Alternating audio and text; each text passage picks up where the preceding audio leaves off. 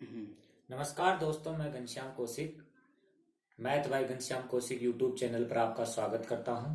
दोस्तों, मेरे YouTube channel को आप सब्सक्राइब कीजिए, लाइक कीजिए और बेल आइकन को दबाना ना भूलिए। दोस्तों, जैसे कि आप नंबर सिस्टम पढ़ रहे थे, संख्या पत्ती के अंदर आपने पढ़ा कि palace value and face value के बारे में चर्चा की। इसके बाद में जीरो की संख्या गुणनफल के अंत में कितनी होती है, किस प्रकार से निकालते हैं, इनके बारे में चर्चा की थी। आज मैं नंबर सिस्टम की तीसरी टाइप स्टार्ट करने जा रहा हूं, जो कि है इकाई का अंक ज्ञात करना। इकाई का अंक कैसे ज्ञात करते हैं, किस प्रकार के क्वेश्चन बनते हैं, वो देखिएगा। यहाँ से दोस्तों अलग अलग प्रकार के क्वेश्चन बनेंगे। जैसे पहला क्वेश्चन यदि मैं ऐड पे ले, प्लस पे ले, जोड़ पे ले, तो एक क्वेश्चन ले रहा हूं, जैसे कि ये क्वेश्चन है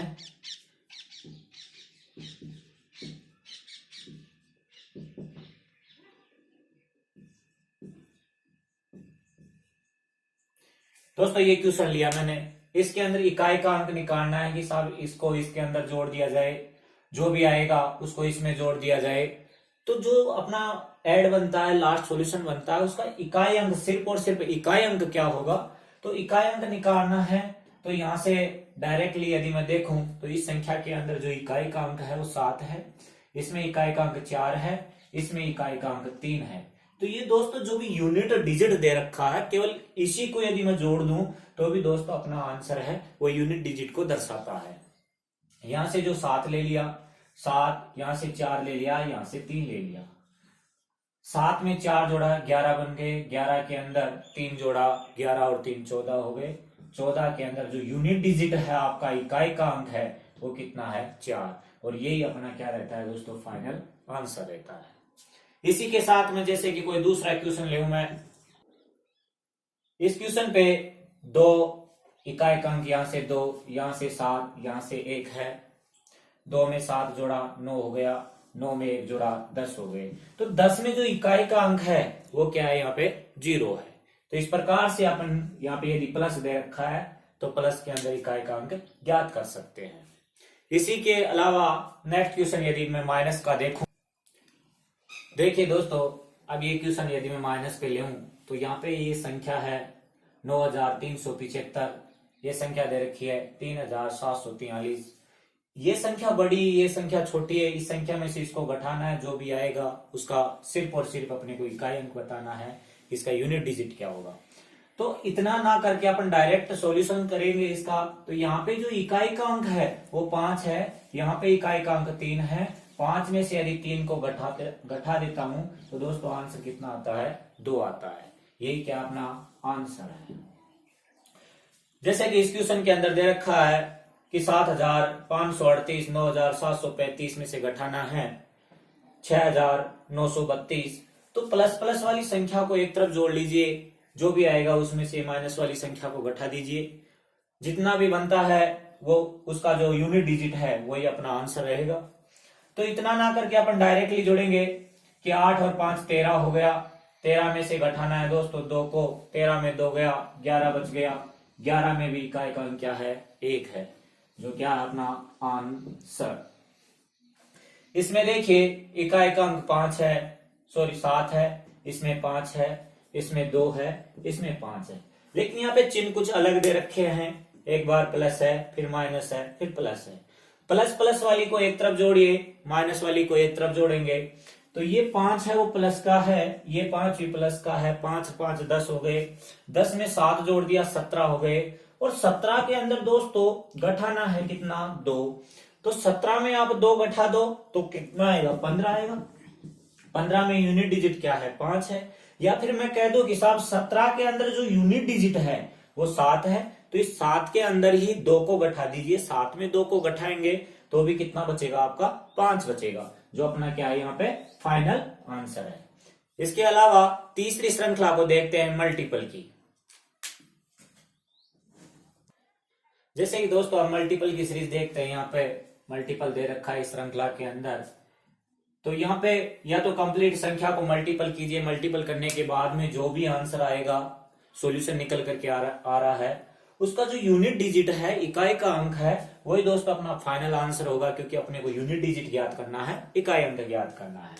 यहां से देखिए आप, तो इतना ना करके अपन डायरेक्टली सिर्फ यूनिट डिजिट निकालना है, तो केवल यूनिट डिजिट को ही देखते हैं। यहाँ पे जैसे 2 है, 3 है और 9 है, 3 दूनी 6 हो गया, और 6 को दोस्तों 9 से मल्टीपल किया, 6 नाम 54। 54 के अंदर जो यूनिट डिजिट है वो कितना है, 4। तो अपना फाइनल आंसर कितना रहेगा, 4। इस श्रृंखला में देखते हैं दोस्तों, यहाँ पे 7 था, यहाँ पे 6 है, 7 6 42, और 42 में जो यूनिट डिजिट है वो 2 है, और 2 पंजे 10, 10 में यूनिट डिजिट है 0, और 0 को चाहे दोस्तों किसी भी संख्या से आप मल्टीपल कीजिएगा तो आंसर क्या आने वाला है, 0। या फिर मैं कह दूं कि 7 को यदि 0 से मल्टीपल किया जाए तो इकाई का अंक क्या आएगा, 0। तो यहाँ पे दोस्तों एक नियम भी बन जाता है कि गुणनफल वाली श्रृंखला के अंदर यदि इकाई का अंक ज्ञात करना हो तो उस गुणनफल वाली श्रृंखला में यदि किन्हीं दो संख्याओं में से एक संख्या का इकाई अंक 5 और किसी अन्य संख्या का इकाई अंक 2 है, या 2 का गुणनफल है, तो उस श्रृंखला का इकाई अंक सदैव 0 ही होगा। सदैव क्या होगा, 0 ही होगा। तो अपने को यहाँ पे सतर्क रहना है, यदि 5 और 2 जहां भी दिख जाता है तो डायरेक्टली आंसर भी बता सकते हैं कि इस श्रृंखला का इकाई अंक 0 आने वाला है।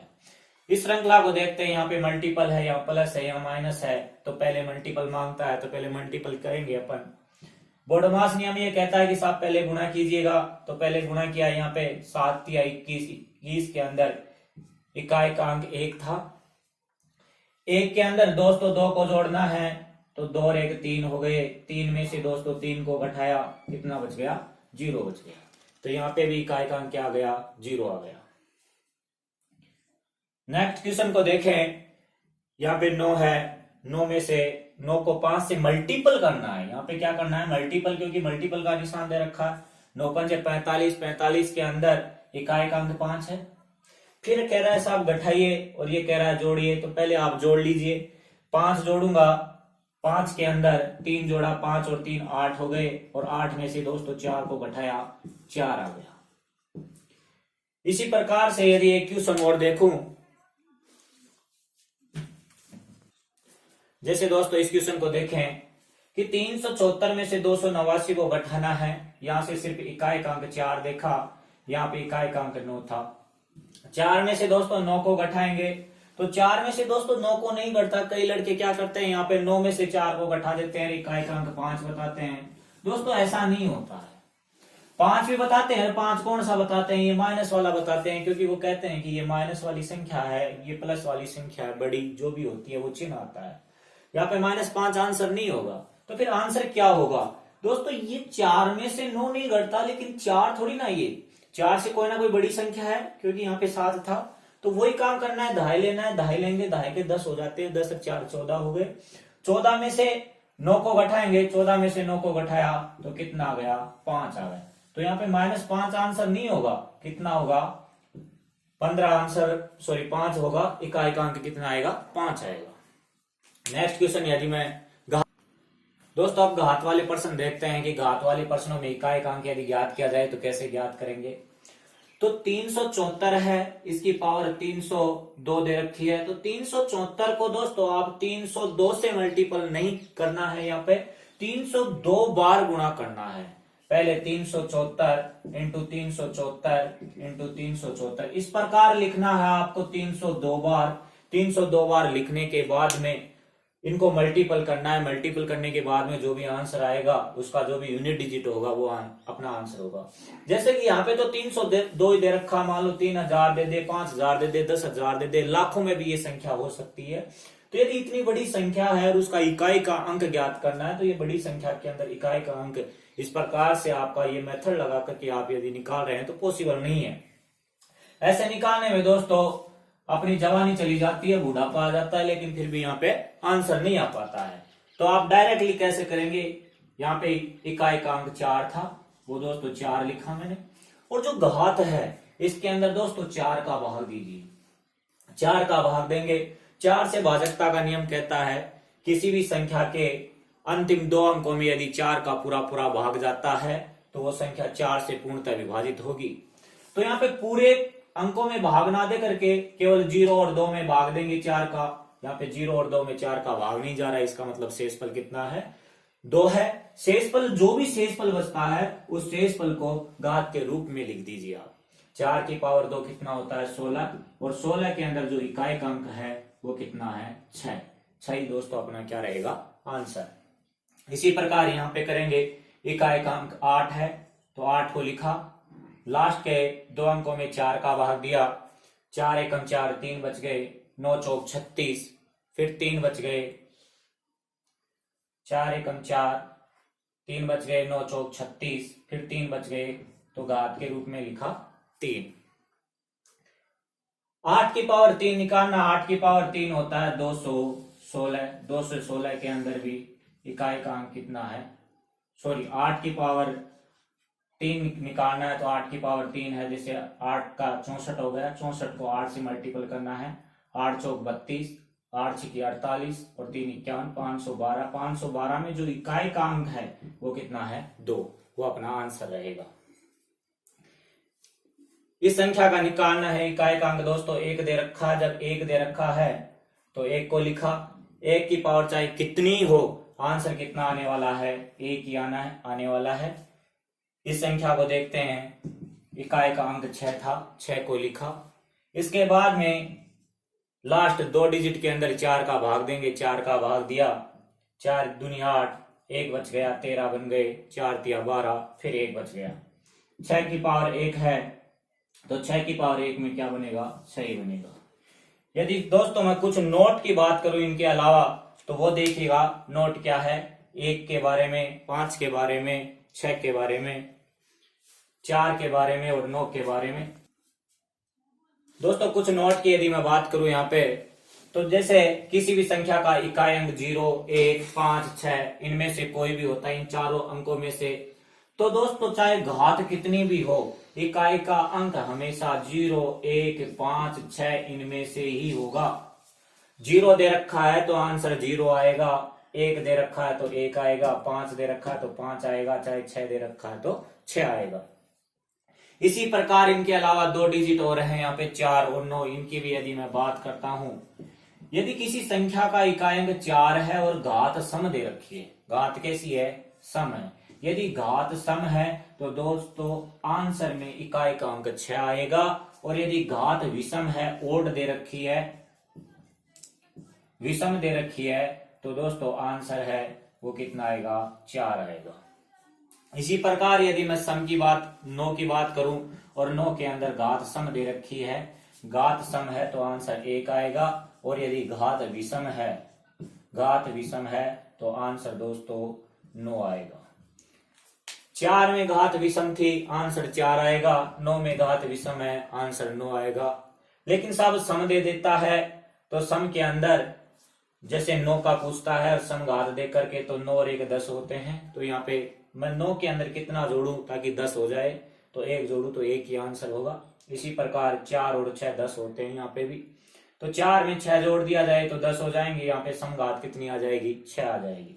तो ये दोस्तों कुछ नियम है वो आपको फॉलो करते हुए प्रत्येक क्वेश्चन को सोल्व करना है। देखिएगा क्वेश्चन, देखिए दोस्तों नेक्स्ट क्वेश्चन देखते हैं कि यहाँ पे 5 है यूनिट डिजिट, 5 की पावर दे रखा है 347, तो दोस्तों 47 में 4 का भाग देंगे, 4 का भाग दिया, 11 चौक 44, 3 बच गए, 5 की पावर 3 करेंगे 125, 125 में इकाई का अंक 5 आ रहा है। और जैसे मैंने कहा कि किसी भी संख्या का इकाई अंक 0, 1, 5, 6 इनमें से कोई भी आ जाए तो इकाई अंक हमेशा 0, 1, 5, 6 ही होगा।